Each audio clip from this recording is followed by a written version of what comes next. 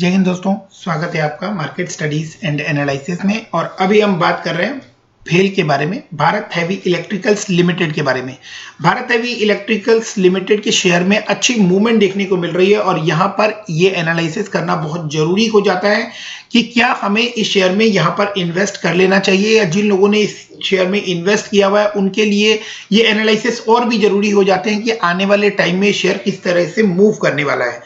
तो आज के ट्रेडिंग सेशन में देखें तो अभी ये 55.45 के आसपास आप लोगों को ट्रेड करता हुआ दिख रहा है और कुछ दिनों से इसके अंदर एक तेजी भी बनती हुई हमें दिखाई दे रही है। तो उस तेजी बनने के पीछे रीजन क्या है और आगे किस तरह का मोमेंट रहने वाले हैं, इन सभी चीजों का एनालिसिस हम लोग इस वीडियो में करने वाले हैं। वीडियो थोड़ा डिटेल्ड होने वाला है, चीजें एक दूसरे से लिंक रहने वाली हैं, तो चीजों को आप लोग स्किप करके ना देखें, माइट भी कुछ इंपॉर्टेंट अपडेट्स आप लोग वहां पर मिस कर जाएं। तो पहले फंडामेंटली हम लोग चीजों को देखेंगे, टेक्निकली देखेंगे, लेकिन फंडामेंटली और टेक्निकली देखने से भी ज्यादा इंपॉर्टेंट हमें यह जानना है कि भारत हैवी इलेक्ट्रिकल्स लिमिटेड करता क्या है। तो पावर सेक्टर के बारे में आप लोग डे बाय डे न्यूज सुन रहे हैं कि पावर सेक्टर के सारे शेयर्स जो हैं वो अच्छा मूव दिखा रहे हैं। भारत हैवी इलेक्ट्रिकल्स लिमिटेड का काम है जितने भी पावर प्रोजेक्ट्स इंडिया में चलते हैं, जिस तरह के पावर प्रोजेक्ट्स इंडिया में चलते हैं, उन पावर प्रोजेक्ट्स को इक्विपमेंट सप्लाई करवाना, इंजीनियरिंग सॉल्यूशंस प्रोवाइड करवाना, और ना सिर्फ इंडिया में बल्कि वर्ल्ड वाइड ये एक सॉल्यूशन प्रोवाइडर है, business solution provider in field of energy, industry and infrastructure. अब इसमें थोड़ा और फर्दर डिटेल में हम इनको समझने की कोशिश करते हैं कि ये करते क्या है। तो जितने भी कोल बेस्ड एनर्जी सेक्टर हैं, जहां से कोल से हमें एनर्जी प्रोड्यूस करते हैं, वहां उन पावर प्लांट्स में जितने भी इक्विपमेंट, जितने भी रिसोर्सेज रिक्वायरमेंट होते हैं, मतलब इन टर्म्स ऑफ मटेरियल, तो वो भारत हैवी इलेक्ट्रिकल्स प्रोवाइड करता है। मींस कि प्लांट के अंदर हैवी मशीनरी से लेकर एवरीथिंग, जो भी सॉल्यूशंस, बिजनेस सॉल्यूशंस चाहिए होते हैं, वो सब भारत हैवी इलेक्ट्रिकल्स भेल की रिस्पॉन्सिबिलिटी है। इसके अलावा जो इलेक्ट्रिसिटी जनरेट होती है और वो इलेक्ट्रिसिटी वहां से जनरेट होने के बाद जो इंडस्ट्रीज या बाकी कंज्यूमर्स के पास पहुंचती है, तो वो जो ट्रांजिशन होता है इलेक्ट्रिसिटी का, उस ट्रांजिशन की रिस्पॉन्सिबिलिटी भी भारत हैवी इलेक्ट्रिकल्स लिमिटेड के बारे में के पास है। तो भारत हैवी भेल बेसिकली जो है, उनके पास जो कारोबार है वो बहुत ही इंपॉर्टेंट और बहुत ही बड़ा फैला हुआ लंबा चौड़ा कारोबार है। ये एक टाइम पर मार्केट लीडर हुआ करते थे और इन्होंने Bharat heavy electrical, because government की कंपनी है, तो इनके पास एरोस्पेस से लेकर और पावर प्रोजेक्ट से लेकर, कोल पावर प्रोजेक्ट से लेकर और डिफेंस से लेकर, मतलब बहुत सारे वेरियस सेक्टर्स में इनकी सप्लाई है और इस वजह से इनके पास जो काम है उसकी कमी नहीं होने वाली। काम बहुत सारा है इनके पास। अब फंडामेंटली हम इसको समझने की कोशिश करते हैं कि एक इतनी बड़ी वास्ट कंपनी जिसके पास बहुत सारा काम है, वो फंडामेंटली हमें किस तरह की दिखाई देती है। तो भारत हैवी इलेक्ट्रिकल्स को जब हम फंडामेंटली देखने की कोशिश करते हैं तो 18,942 करोड़ के मार्केट कैप के साथ ये हमें काम करती हुई बाजार में नजर आ रही है।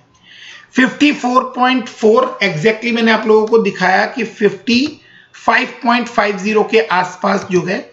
इसका करंट प्राइस है। 56 मतलब अपने 52 वीक हाई जो भी इसने रिसेंटली लगाया है उसके आसपास ही काम करती हुई आपको दिखाई दे रही है। कंपनी डिविडेंड पे नहीं करती है। कंपनी का एक पॉजिटिव पॉइंट जो है वो ये है कि ये अपने बुक वैल्यू से थोड़ा नीचे ट्रेड करती हुई आपको दिखाई दे रही है। मतलब स्टिल एक शॉर्ट टर्म में एक चांसेस बनती है कि ये कंपनी अपनी बुक वैल्यू को एटलीस्ट टच करती हुई आप लोगों को दिखाई दे। तो 54 से 78 तक का ट्रेवल शॉर्ट टर्म में जो है वो पॉसिबल होता हुआ दिखता है। डिपेंड्स कि अदर कंडीशंस जो है, जो मैं आगे डिस्कस करने वाला हूं, अगर वो इसको फेवरेबल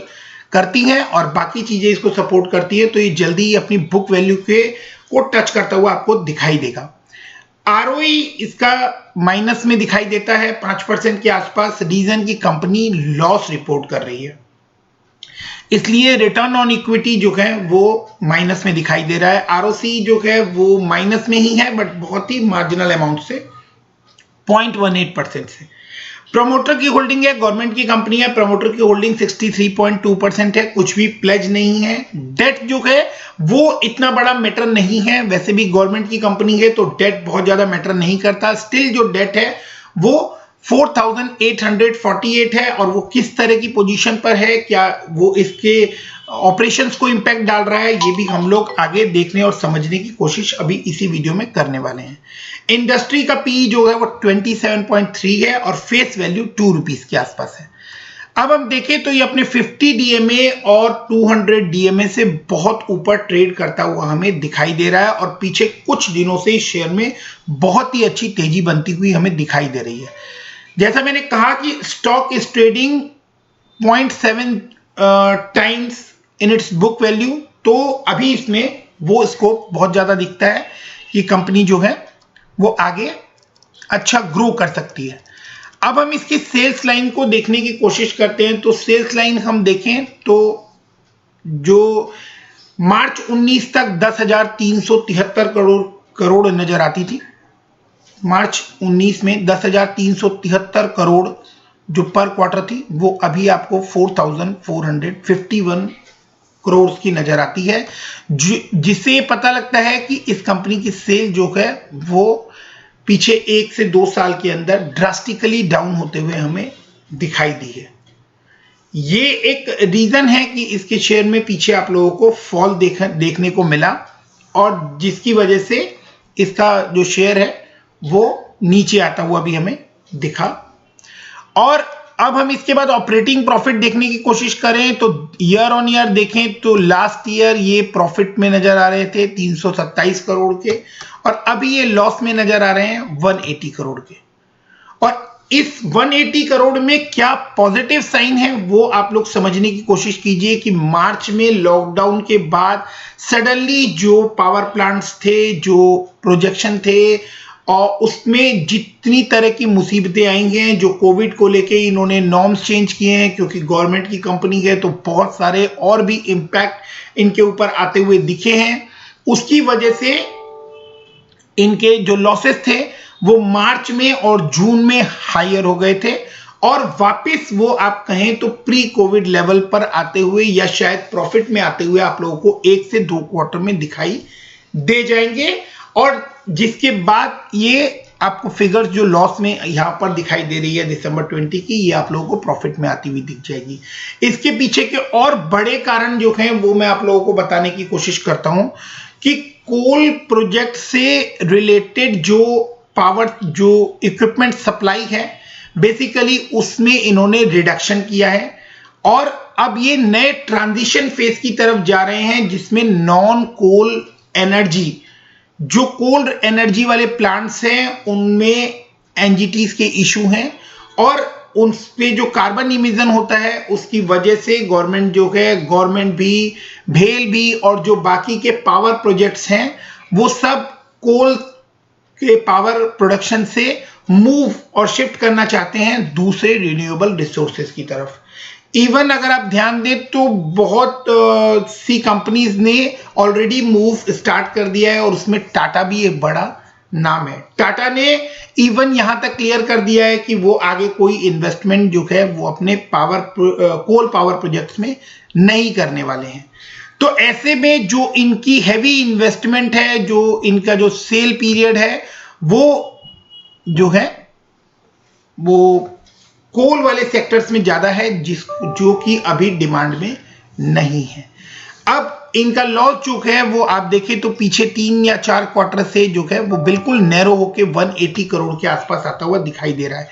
बट उसके साथ साथ ही एक एड ऑन में अगर आप देखें तो उसके अंदर इंटरेस्ट और डेप्रिसिएशन के फिगर जो है वो और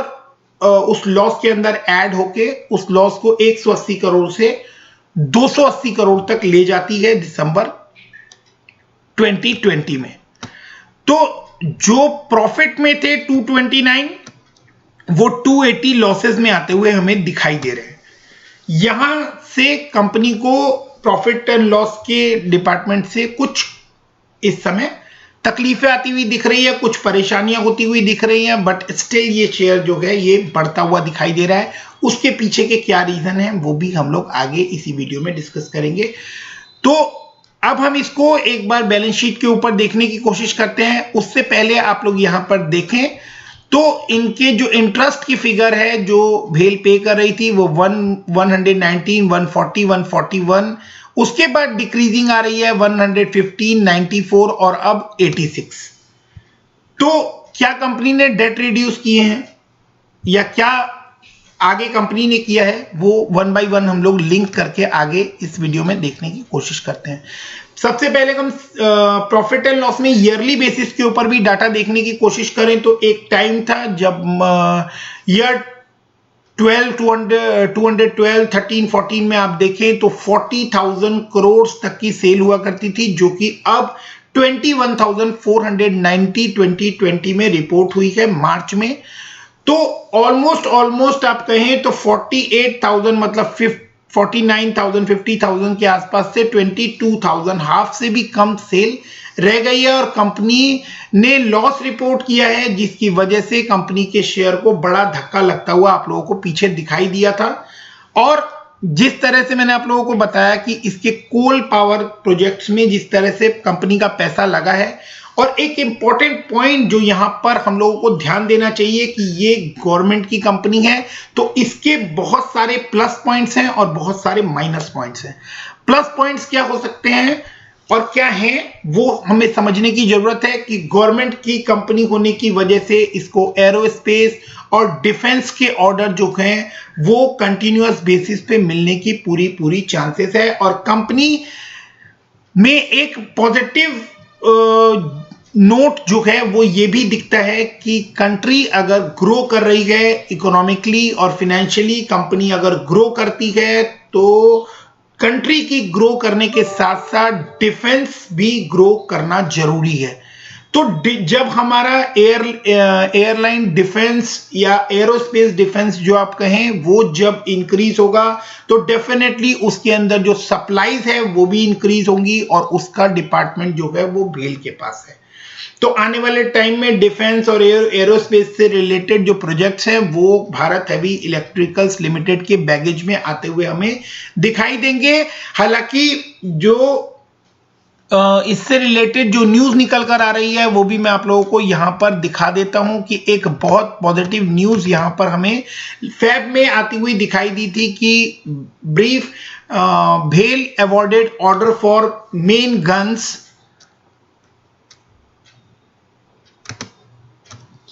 Bale awarded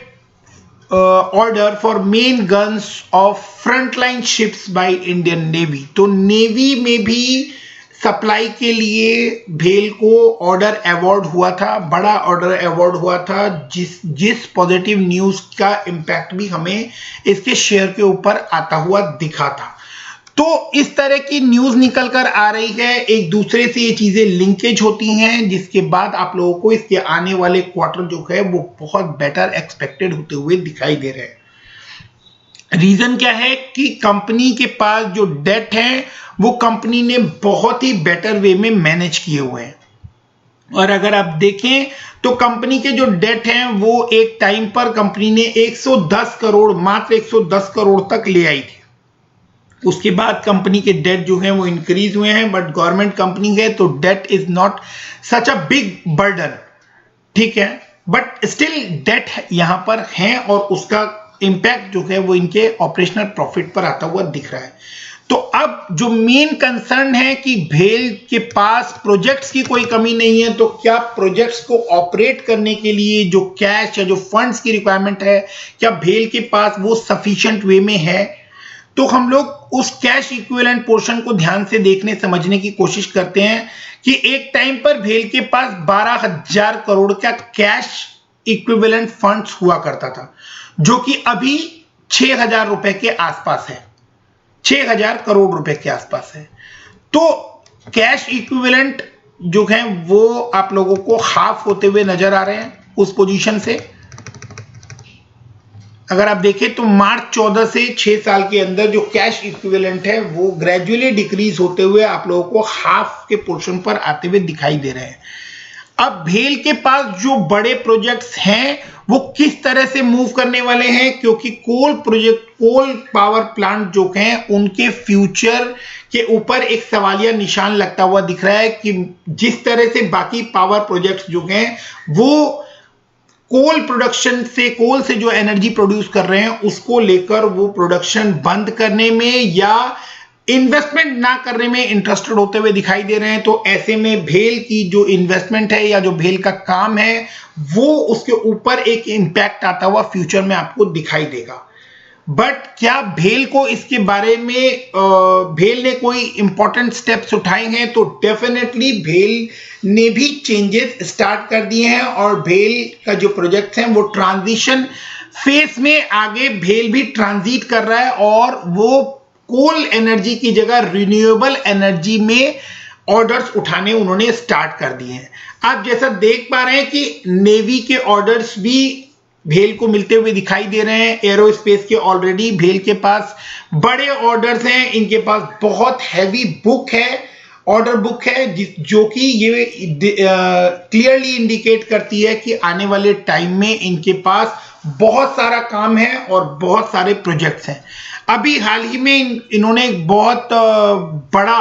ऑर्डर जो है वो other than coal power projects इनको हासिल हुआ है। तो आगे जो संभावनाएं बनती नजर आ रही है वो बहुत ही अच्छी हैं और भेल के पास जो आगे रिवाइवल की चांसेस है वो बहुत ही अच्छी बनती हुई नजर आ रही है। पेंडेमिक के बाद जो कंट्री के अंदर जो इंप्रूवमेंट दिखेंगी उसका डायरेक्ट एंड इनडायरेक्ट इंपैक्ट भेल जैसी इंडस्ट्री के ऊपर हमें आता हुआ दिखने वाला है। तो ये चार्ट्स के ऊपर जैसा मैंने आप लोगों को फंडामेंटली जैसा मैंने आप लोगों को बताया, उसके बाद हम लोग इसको एक बार शेयर होल्डिंग पैटर्न को देख लेते हैं। तो आप देखें तो गवर्नमेंट की कंपनी होने के साथ साथ ये एक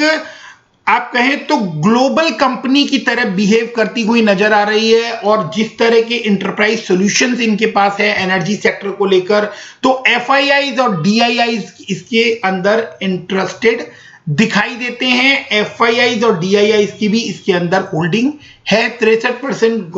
होल्डिंग जो प्रमोटर के पास है और उसके बाद 4% और 13% 14% के आसपास डीआईआईज की होल्डिंग भी हमें नजर आती है। अब हम इस शेयर को चार्ट के ऊपर एक बार देखने की कोशिश करते हैं। तो आप देखें तो ये इस समय जो इसका आरएसआई है वो 74 के आसपास है और ये एक बुलिश जोन या आप कहें कि ओवर बुलिश जोन में ट्रेड करता हुआ हमें नजर आ रहा है। तो तेजी की पूरी संभावनाएं यहां से हमें बनती हुई नजर आ रही हैं। इसके अंदर शॉर्ट टर्म में जो तेजी जो जंप आई थी उसके पीछे के रीजंस की कंपनी ने डिविडेंड अनाउंस किया था और कंपनी के पास जो नया ऑर्डर मिला अदर देन कोल स्पेस कोल पावर प्रोजेक्ट्स वो एक बड़ा रीजन था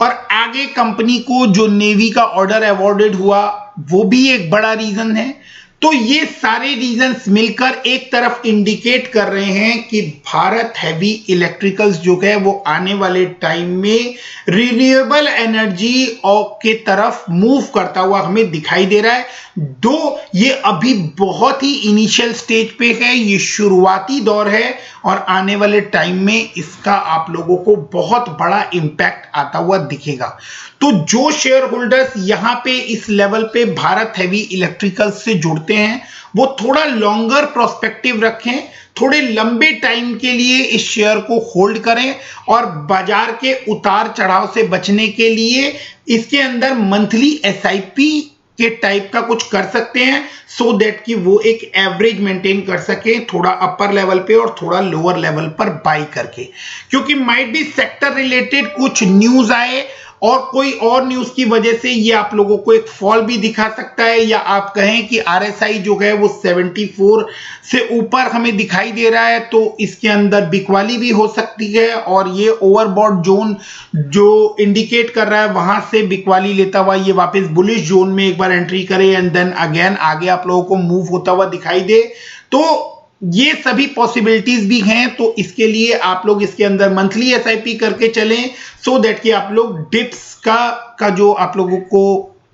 इंपैक्ट है वो आपके होल्डिंग्स के ऊपर बहुत ज्यादा ना पड़े। मूविंग एवरेज की लाइन के साथ साथ ही ये ट्रेवल कर रहा है, तो जब तक ये अपने मूविंग एवरेज की लाइन को नीचे कट नहीं करता या उससे नीचे नहीं आता, तब तक आप लोगों को इसमें किसी भी तरह की घबराने की भी जरूरत नहीं है। एक सिंपल फॉर्मूला लेके चल सकते हैं कि ये अपनी मूविंग एवरेज की लाइन के ऊपर जब तक ट्रेड कर रहा है तब तक आप लोग इसके अंदर बने रह सकते हैं शॉर्ट टर्म के लिए। और लॉन्ग टर्म के लिए मैंने आप लोगों को क्लियर कर दिया कि आने वाले 1 या 2 क्वार्टर आप लोग बहुत कॉन्शियसली इस शेयर को देखते रहिए, वॉच पे रखिए, सो दैट कि आप लोगों को ये क्लियर हो जाए कि ये आने वाले टाइम में किस तरह के प्रोजेक्ट्स उठा रहा है और क्या उनको कंप्लीशन कर रहा है, इसके कैश इक्विवेलेंट की क्या पोजीशन बन रही है, ऑपरेटिंग प्रॉफिट किस तरह से इंप्रूव हो रहे हैं और वो ऑपरेटिंग प्रॉफिट किस हद तक नेट प्रॉफिट में कन्वर्ट होते हुए हमें दिखाई दे रहे हैं। तो ऑर्डर्स की भेल के पास कोई कमी नहीं है। And last but not the least, सबसे इंपॉर्टेंट बात जो यहां पर निकल कर आ रही है, जिसकी चांसेस बनती नजर आ रही है और कई बार उसको लेकर बातें हो चुकी हैं कि माइट बी गवर्नमेंट जो है वो भेल के अंदर अपना कुछ स्टेक या कंप्लीटली जो है उसकी वो इसकी डिसइन्वेस्टमेंट के लिए भी जा सकते हैं। मैं इस बात को श्योर नहीं कर सकता और कंफर्म आप लोगों को नहीं बोल सकता, बट इस तरह की न्यूज मार्केट में है जो एक बड़ा फैक्टर नजर आ रहा है, जिसकी वजह से आप लोगों को भेल के अंदर इस लेवल के बाद एक रैली नजर आती हुई दिखाई दे रही है। तो ये भी एक कंडीशन बन रही है कि गवर्नमेंट जो है वो आने वाले टाइम में इसके अंदर डिसइन्वेस्टमेंट कर सकती है। तो इसको लेके बारीकी से आप लोग नजर बनाए रखें कि क्या गवर्नमेंट भेल को लेकर इस तरह का कोई स्टेप उठाती है। अगर वो आप लोग इसके अंदर ऑलरेडी इन्वेस्टेड हैं और ग्रेजुअली इसके अंदर इन्वेस्टमेंट कर रहे हैं और इस तरह की कोई न्यूज निकल कर आती है तो उसका पूरा बेनिफिट जो है वो इसके शेयर होल्डर्स को पास ऑन होने वाला है। तो फ्रेंड्स, मैंने अपने एनालिसिस, अपनी रिसर्च यहां पर आप लोगों के साथ शेयर की। अगर ये एनालिसिस, ये रिसर्च आप लोगों को अच्छी लगी हो और ये इस मेहनत को आप लोग अप्रिशिएट करना चाहते हो तो प्लीज चैनल को सब्सक्राइब करके रखिए, वीडियो को लाइक कर दीजिए और आगे दूसरे शेयर होल्डर्स के पास शेयर भी कर दीजिए। अगर आप लोग ऐसा फील करते हैं कि ये वीडियोस दूसरे शेयर होल्डर्स के भी काम आना चाहिए और आ सकता है तो डेफिनेटली इस वीडियो को शेयर कीजिए। सो वीडियो को पूरा यहां तक देखने के लिए बहुत बहुत धन्यवाद। Thanks for watching, keep investing, stay safe, thank you, bye bye.